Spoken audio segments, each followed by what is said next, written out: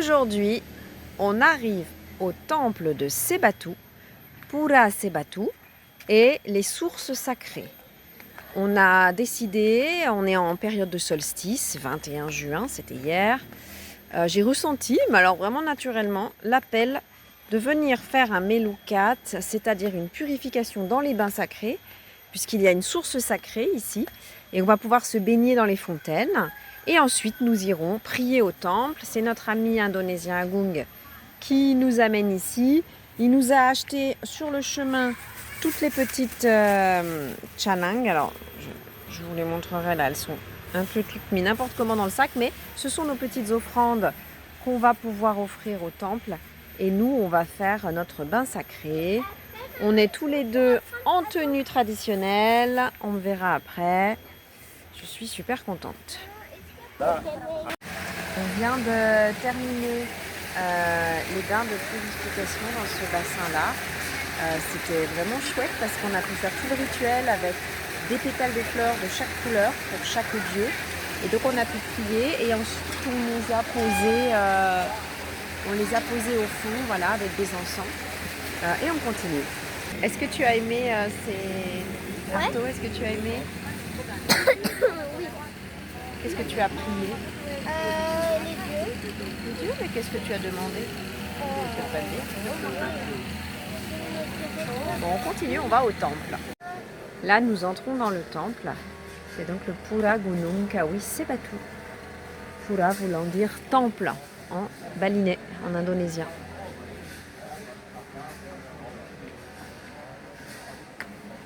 C'est extraordinairement beau. Donc ça donne sur des bassins où l'eau est claire. Il y a des grosses carpe-coilles. Et on est vraiment environné d'immenses arbres de la jungle, la forêt, Hutan. Encore un temple à l'ambiance extraordinaire.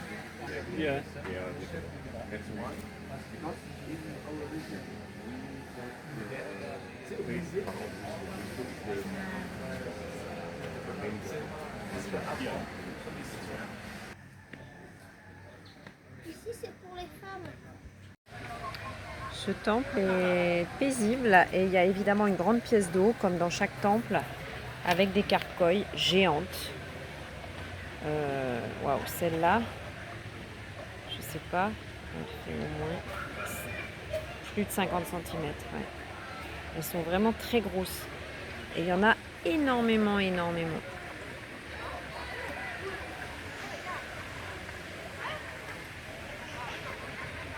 Et évidemment, Arto s'est trouvé un copain pour pêcher. Je pense que c'est le karma d'Arto parce que où qu'il aille, il finit toujours par pêcher avec des petits copains indonésiens. Regarde le magnifique poisson qu'il a eu. Vas-y, fais voir. Celui-là. Ah. Bah, remets-le dans l'eau parce que sinon il va mourir. Alors on continue, ça c'est Agung, notre ami, qui a la voiture qui nous a emmenés. Regarde la plus grosse. Et Arto vient d'acheter des petits grains à donner aux poissons, la nourriture pour poissons. Celle-là, c'est la plus grosse carpe. Oh là là.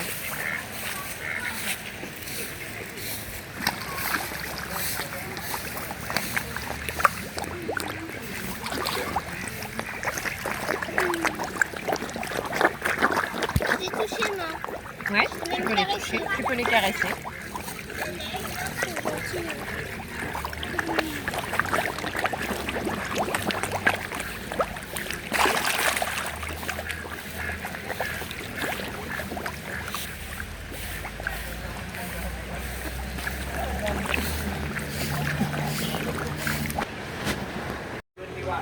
Et sur le chemin du retour de Sebatu, on s'arrête à Tegalalang, vous savez, les fameuses rizières très touristiques.